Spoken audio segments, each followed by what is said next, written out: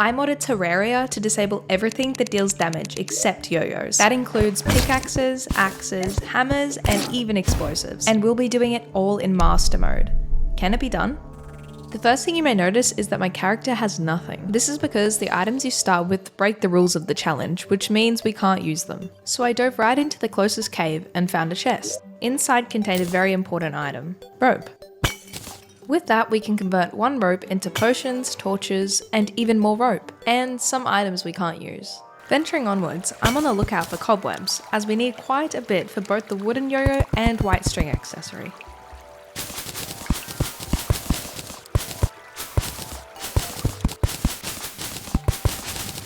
With the cobweb secure, I returned to the surface to finally craft the wooden yo-yo. With a staggering 9 base damage, it sucks, but we can make it slightly better with the white string accessory, which increases our yo-yo range, making our yo-yo experience slightly more enjoyable. The next day, Humphrey the merchant arrived. I bought the mining helmet he sells for its 2 defense and traveled to the Crimson. Yeah!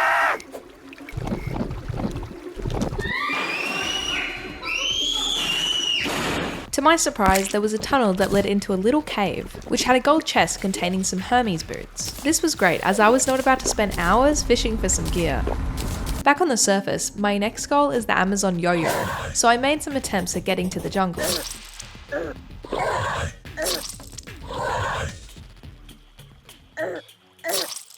Once I actually got there, I ended up building my respawn house a little too small, and well, I can't fix it.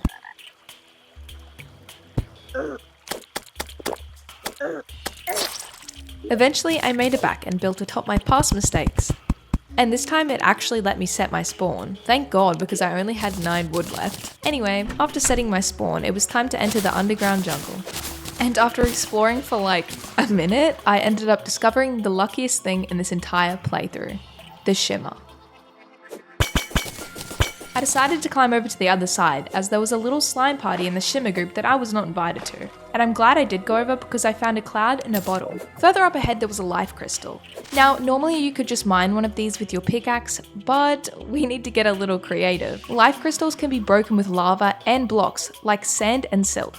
However, there's just one problem. We don't have any of those items. Fortunately, there is one item we do have, coins. I continued further and found a treasure trove of ingredients for the Amazon. Look at all these stingers.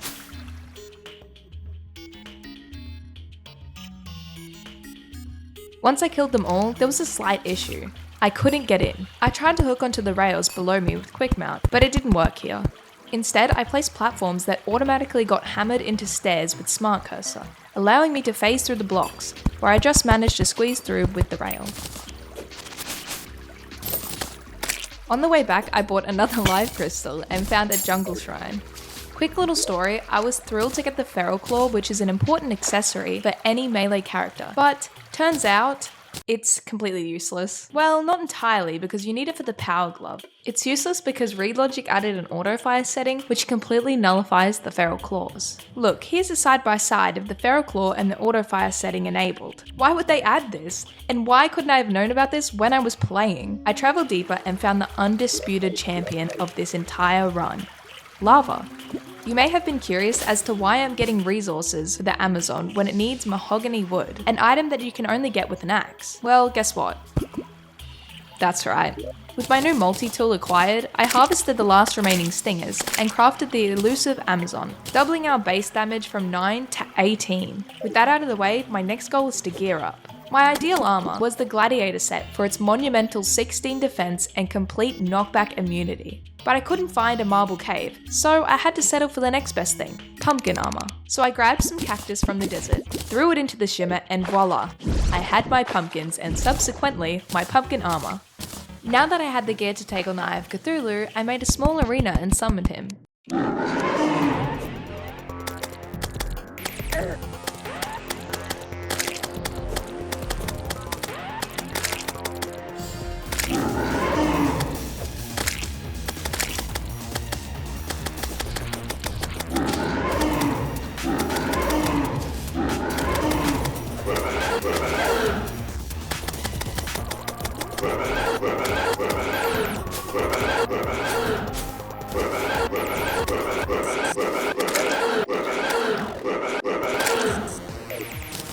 Taking him down, I got the Shield of Cthulhu, probably one of the most goated accessories in Terraria.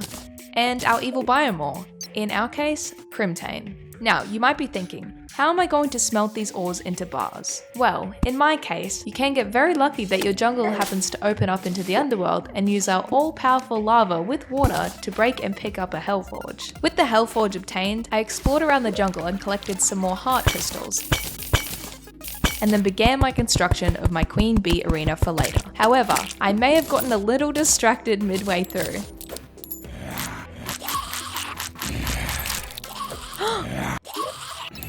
I then decided I needed an upgrade before the Queen Bee fight, so it was time to face off against the Brain of Cthulhu.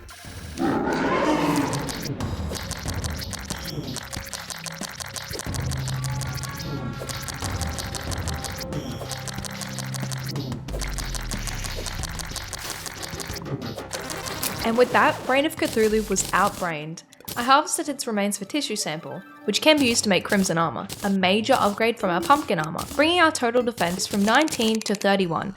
And with that out of the way, I have a new major goal in mind, the Goblin Army. But without the ability to break crimson hearts, the Goblin Army literally cannot spawn naturally at all. So instead, we're gonna have to spawn it manually with this little item. But to craft it, we need to kill goblin scouts which spawn near the beach. So on my way to the edge of the map, I collected a water candle from the dungeon, which should increase my chances of getting goblin scouts to spawn.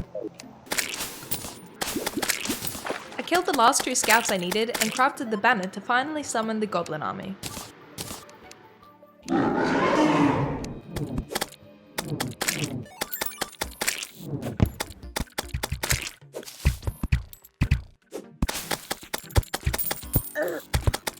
With the little green guys exterminated, I found the Goblin Tinkerer and immediately bought rocket boots and a Tinkerer's workbench. I crafted my Hermes boots into Spectre boots and combined my balloon with the cloud in a bottle for the extra accessory space. Now the setup was complete, it was time to take on the Queen Bee.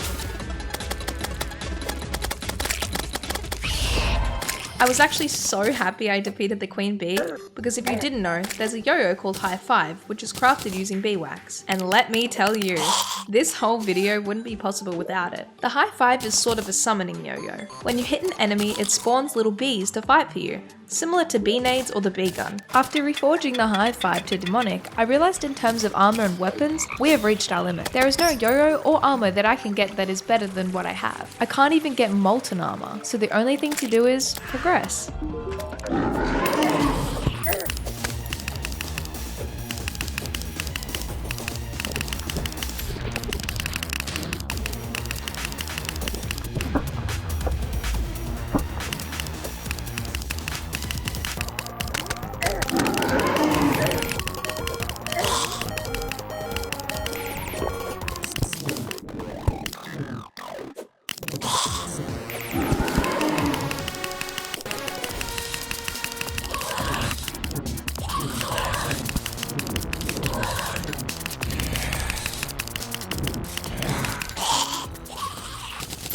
I opened his treasure bag and received the bone glove, which I decided not to use because before the 1.4 update, it was considered a throwing weapon, and I mean, come on, it kind of defeats the purpose of yo-yo only in my opinion. Now that Skeletron is defeated, I can finally explore the dungeon, and you may be thinking that my immediate priority is finding the Valor, but my main focus is finding the mechanic. With the mechanic, I can buy all the materials needed for the grand design.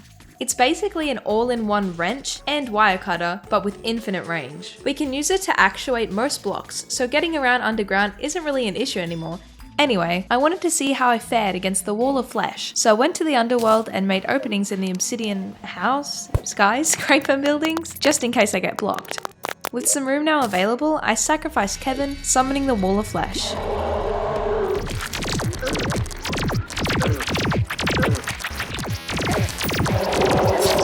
Yeah, so all of that preparation, I managed to do around 700 damage before getting eviscerated by lasers. I needed to be stronger. Terra Spark Roots, bundle of horseshoe balloons, and the golf cart. These 3 items would make me the quickest woman pre-hard mode. Except there is just one problem. There's always a problem with this challenge. We need obsidian, and with no way to mine or blow it up, we're screwed.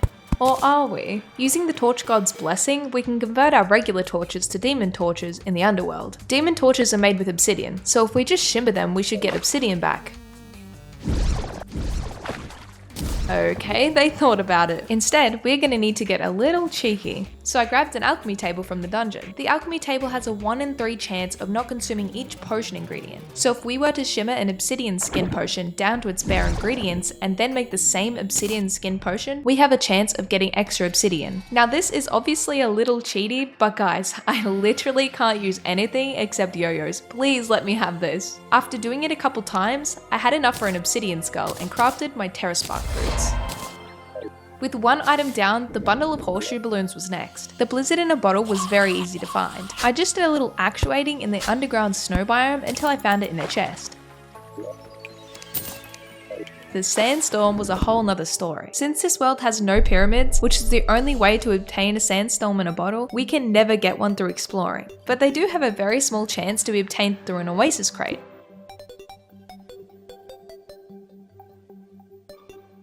After fishing for around an hour, I managed to get only 6 oasis crates. On the 5th crate opening, the 2.86% chance hit, and the sandstorm in a bottle was finally mine. I made it back home and crafted my bundle of horseshoe balloons, marking the 2nd item off my list. Call me crazy, but I actually prefer the bundle of balloons over wings. With only 1 item left to get, the golf cart keys, I set my sights on them. The keys are sold by the golfer for 50 gold, but first, I needed a golf score of 2000, which I quickly got from getting hole-in-ones from space. I found the golfers stranded in the underground desert and bought myself the keys. Now with all 3 items, and a few hours later, it was finally time to reattempt the Wall of Flesh fight.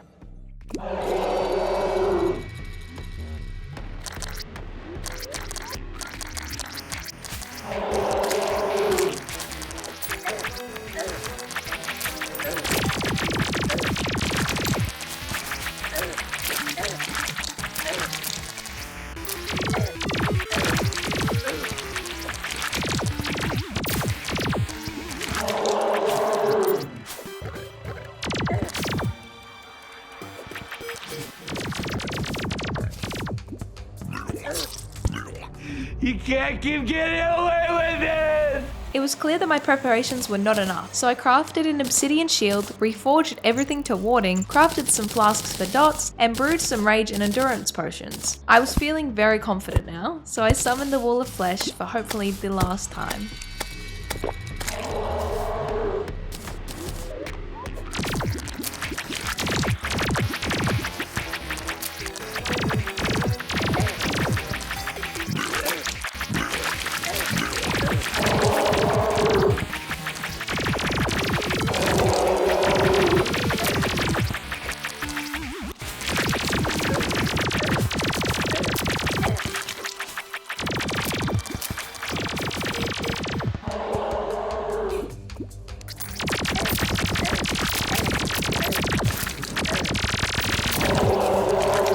After my 15th attempt, we were finally in hard mode. I scoffed down that demon heart for the extra accessory and immediately equipped my warrior emblem for a 15% damage increase. While I was down there, I decided to look for the skeleton merchant, but on my way I encountered a mimic.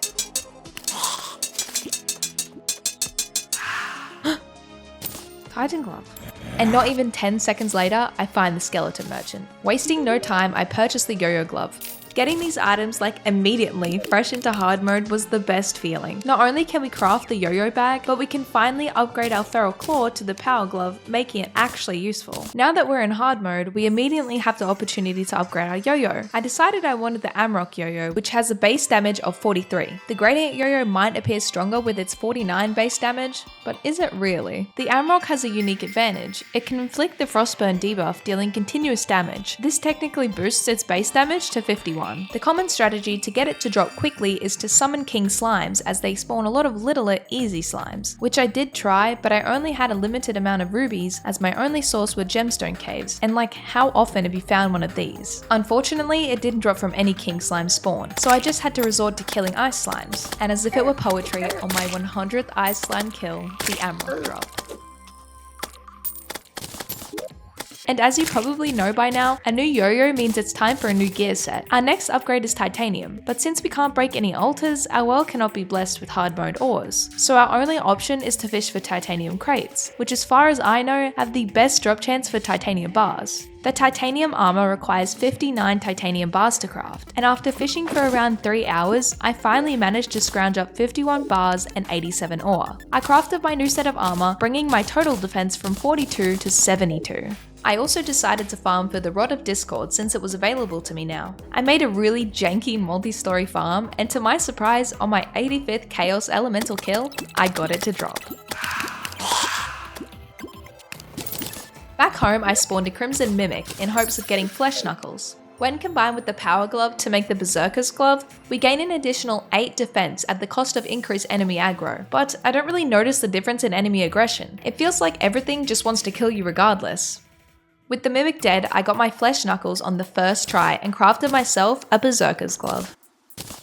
Now I was finally prepared to take on the mech bosses. I decided I wanted to fight the twins first, as you can cheese them extremely easily with the gravity potion. So enjoy this goofy little montage.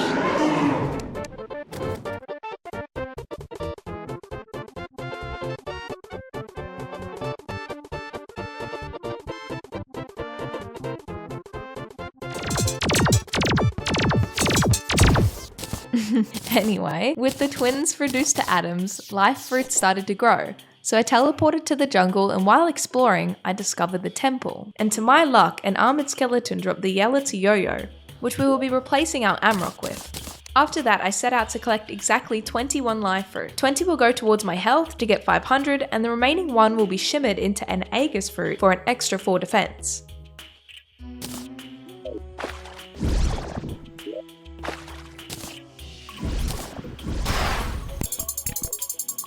With that side quest complete, I was ready to fight my next mech boss, the Destroyer. And I mean, is it really a Destroyer fight if he doesn't slaughter all of your NPCs? Anyway, the Destroyer fight wasn't anything special, and I quickly took him out, before immediately summoning Skeletron Prime. Everything was going fine, we were trading blows until suddenly, he activated his anti-gravity stasis on my ass and completely mauled me. Well, what actually happened was, when I quick buffed, I had a gravity potion in my inventory, so I accidentally inverted gravity and turned into a live basketball. In my infinite wisdom, I thought it was this rope that I had accidentally grabbed onto, so I removed it and summoned Skeletron Prime once more.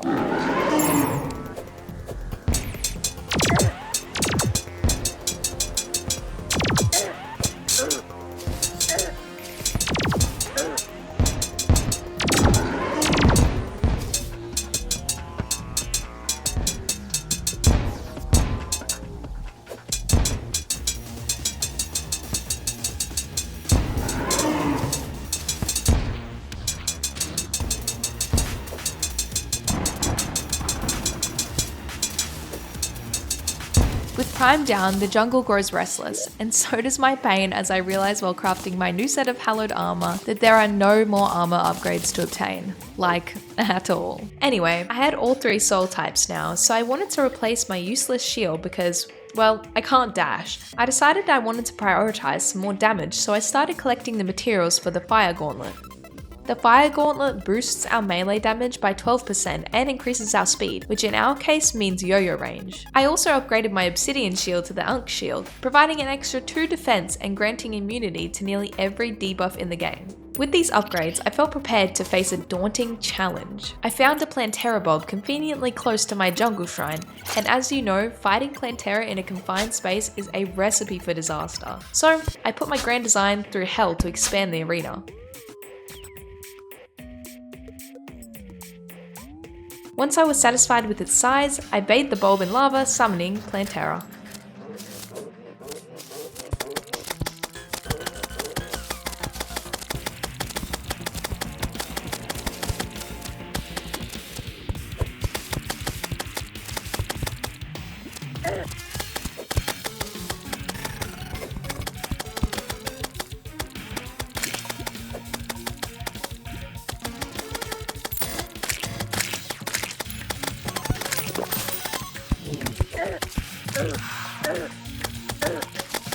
Screams echoed from the jungle, signaling Plantera's defeat and granting us access to the jungle temple. Instead of fighting the golem immediately, I decided to search for a solar tablet. Luckily, I found one in the first chest I searched. With the tablet in hand, I summoned a solar eclipse and waited for Mothron. This is when the yo-yo progression gets kind of nutty. Our current yo-yo, the Yellets, deals a base damage of 60. The yo-yo that Mothron drops, however, has a base damage of 115, almost doubling our damage.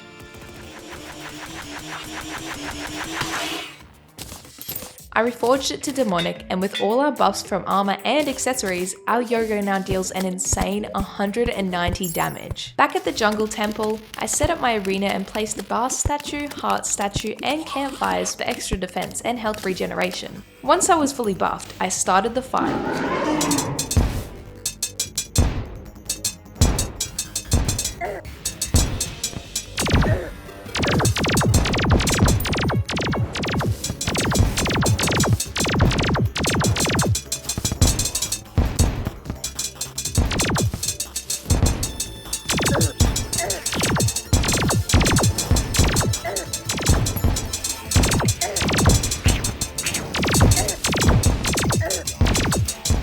With Golem's final attempt to stomp on me with his ancient toes, he succumbed to my yo-yo chipping away at his exoskeleton. Opening his treasure bag, I found a bleak reminder that there was no gear upgrades coming. Keeping the ball rolling, I fought the lunatic cultist. And I mean, the lunatic fight is definitely one of the coolest looking bosses, but is he really even a boss? I feel like he's more of a mini boss if anything. He wasn't too much of a challenge and I ended up killing him quite quickly. And yes, ignore me accidentally spawning in Phantasm Dragon.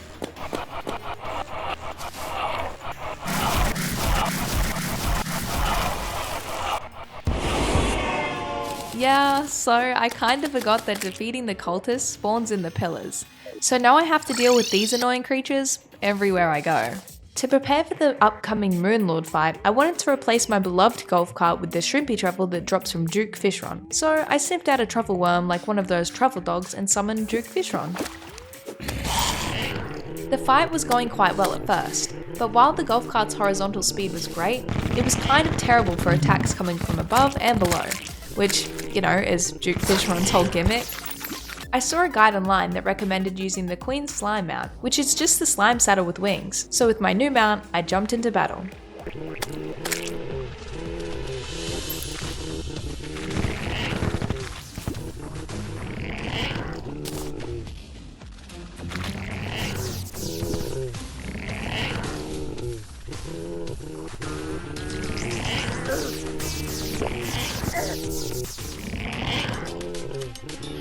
To my surprise, the random guide I found was actually useful, so thank you, random guide. I opened the bag and replaced my short-lived knockoff slime saddle with my favourite shrimpy boy. Then I returned to where it all started, my little jungle house. I built an extension for the nurse, which would serve as my recall point for healing during the Moonlord fight. Everything had led up to this moment. The pain of learning from my mistakes, the agony of fishing for 4 hours straight, it was all worth it. I destroyed the remaining pillars, even doing a drive-by on the Nebula pillar. I sensed impending doom. I prepared myself and waited. And those 12 seconds felt like a lifetime.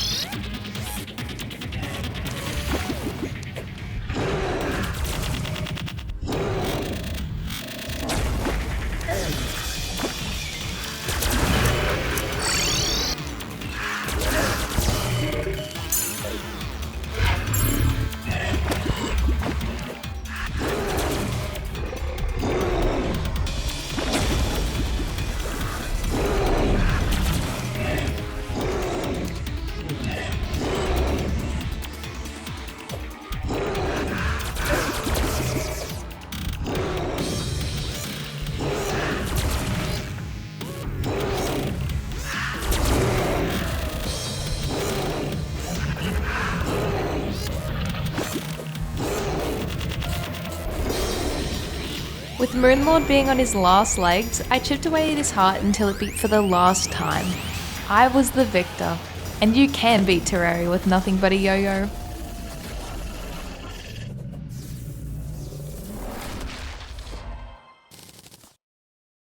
Subscribe.